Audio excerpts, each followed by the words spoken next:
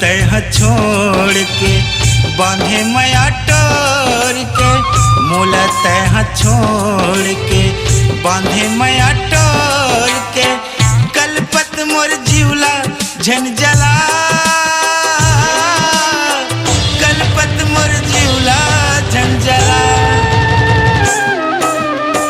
जा रे जा दीवानी जा, जा रे जा मयारू जा, जा रे जा दीवानी जा, जा रे जा मयारू जा।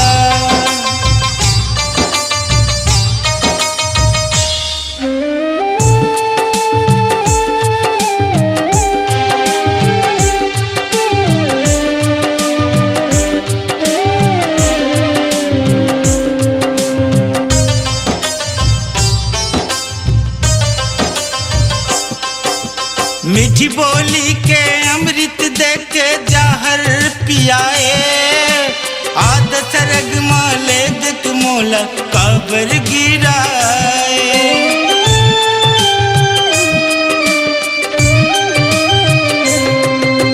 मीठी बोली के अमृत दे के जहर पियाए, आद सरग माले दिक मोला कबर गिराए।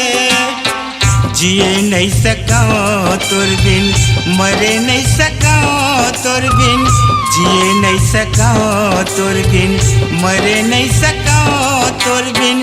कैसे करता ही अब बता, का करता ही अब बता। जा रे जा दीवानी जा, जा रे जा मयारू जा, जा रे जा दीवानी जा, जा रे जा मयारू जा।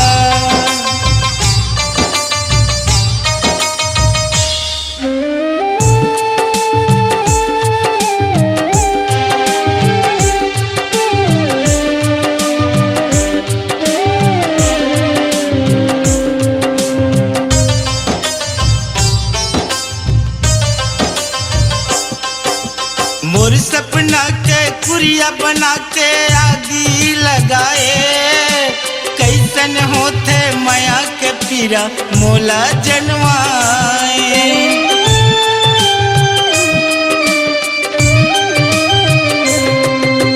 मोर सपना के कुरिया बना के आगी लगाए, कैसन होते माया के पीरा मोला जनवाए।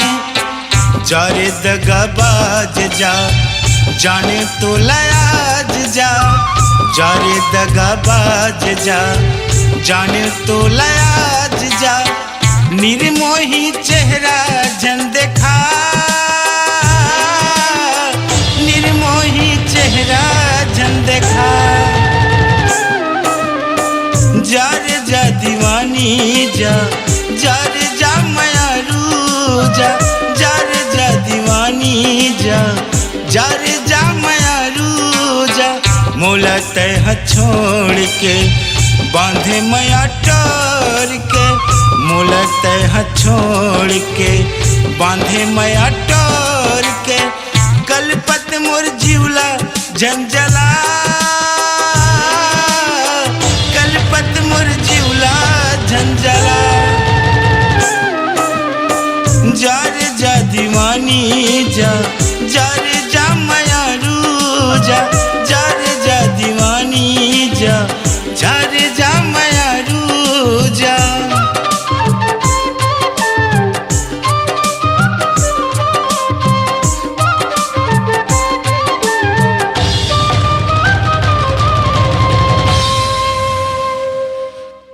अपनी आवाज को दीजिए एक नया मुकाम। डिजिटल रिकॉर्डिंग की दुनिया का जाना पहचाना नाम स्वरांजलि, जहां गूंजती हैं ध्वनियां अपनी माटी की सौंधी सुगंध के साथ। छत्तीसगढ़ी संगीत के विविध रंग जो पहुंचाते हैं पूरे प्रदेश में डिजिटल रिकॉर्डिंग के संग। स्वरांजलि स्टूडियो, नेमीचंद गली नंबर 2, गंजपारा, रायपुर।